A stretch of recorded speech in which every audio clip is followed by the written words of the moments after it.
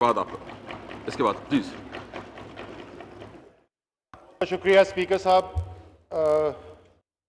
میں سب سے پہلے آغاز میں خراج عقیدت پیش کرنا چاہتا ہوں ان پاکستان کے بہادر بیٹے، اور اب مجھے خوشی ہے یہ کہتے ہوئے کہ صرف بیٹے نہیں بلکہ بیٹیاں بھی اس قوم کی، جو اس ملک کے دفاع کے لیے اپنی جان نچھاور کرنے کو تیار ہیں.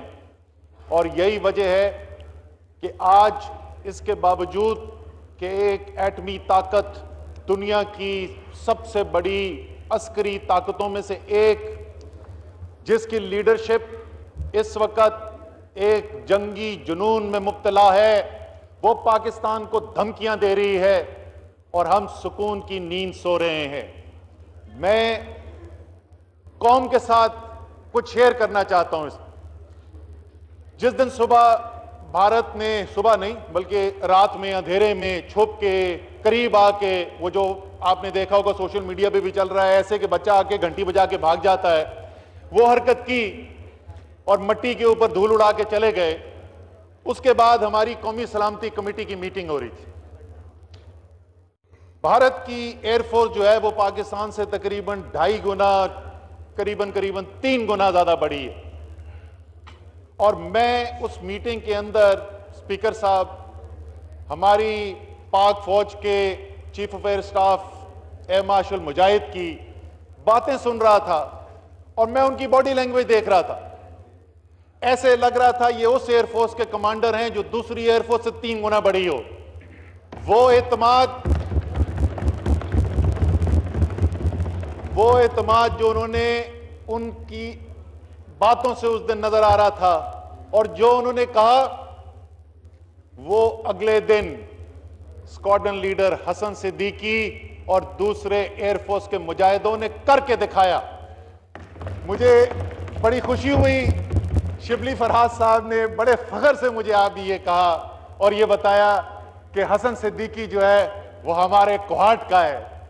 شبلی فرحات صاحب اور شہریار افریدی صاحب، میں آپ کو مبارکباد دیتا ہوں کہ آپ کی طرح حسن صدیقی بھی پاکستان کا مجاہد سپوت ہے.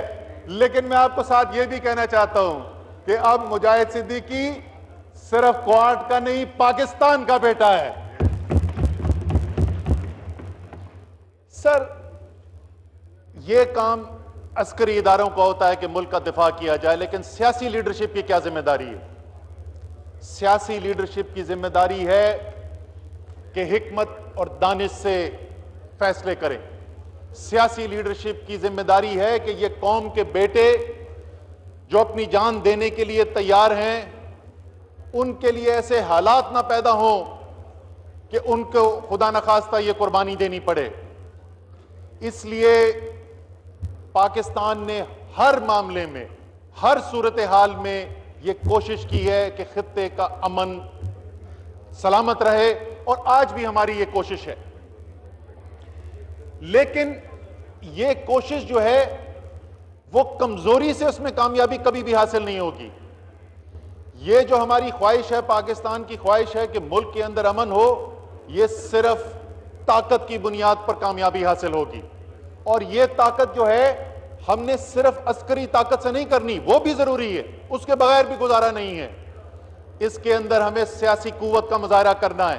اور مجھے خوشی ہے کہ پچھلے 72 گھنٹوں کے اندر آپ نے وہ پاکستان کی سیاسی قوت کا عملی مظاہرہ دیکھا ہے.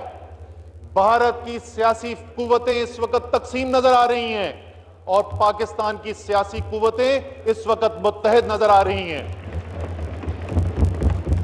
اسی طریقے سے میں بڑی باتیں سنتا ہوں پاکستان میں کہ معاش تک ایک قوم نہیں بنے. میں کبھی اس بات کو نہیں مانتا. میں ہمیشہ یہ کہتا ہوں کہ پاکستان کی جب بھی ضرورت پڑی ہے، چاہے پاکستان کا کوئی بھی کونا ہو، چاہے وہ کشمور ہو، چارسدہ ہو، کوئٹہ ہو، چاغی ہو، کراچی ہو، حیدرآباد ہو، لاہور ہو، ننکانہ صاحب ہو، کوئی علاقہ ہو پاکستان کا، گلگت بلتستان ہو، وہ سب متحد نظر آتے ہیں. اور وہی اتحاد آپ کو آج نظر آ رہا ہے. نہ آپ کو شیعہ اور سنی کی تفریق نظر آ رہی ہے، نہ دیوبندی بریلوی کی تفریق نظر آ رہی ہے، نہ مسلم ہندو کی تفریق نظر آ رہی ہے، نہ سکھ پارسی کی تفریق نظر آ رہی ہے.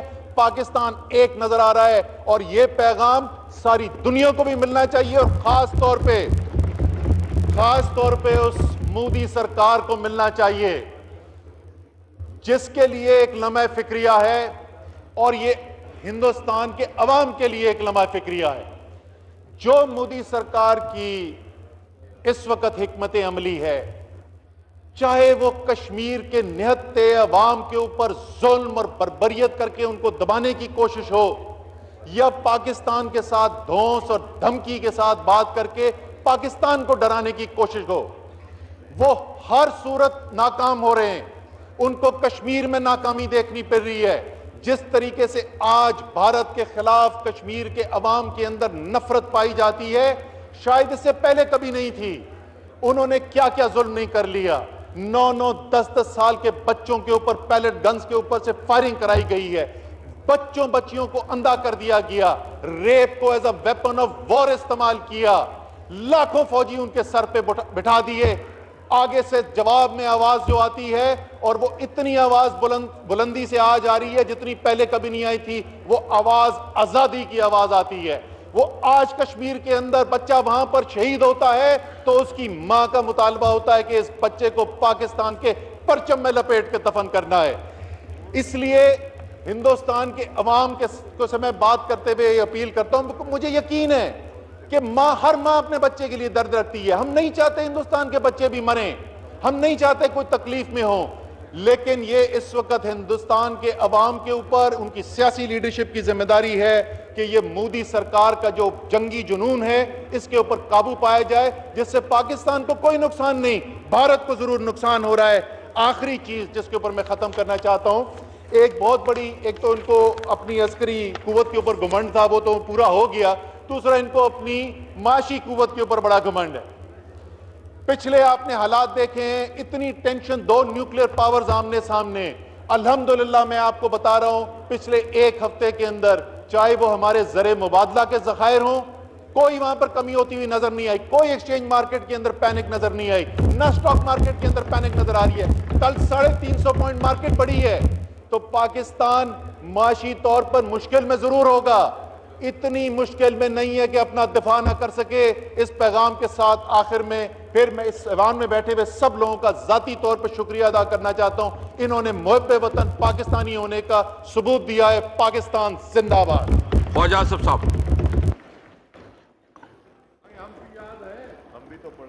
بس ہم نے پارٹی کو بھی دیکھنا ہے، پھر سینٹ اور نیشنل اسمبلی کو بھی دیکھنا ہے، تو ہم سب کو ایکوموڈیٹ کرنے کی کوشش کر رہے ہیں کہ سب کو ایکوموڈیٹ کریں۔ جی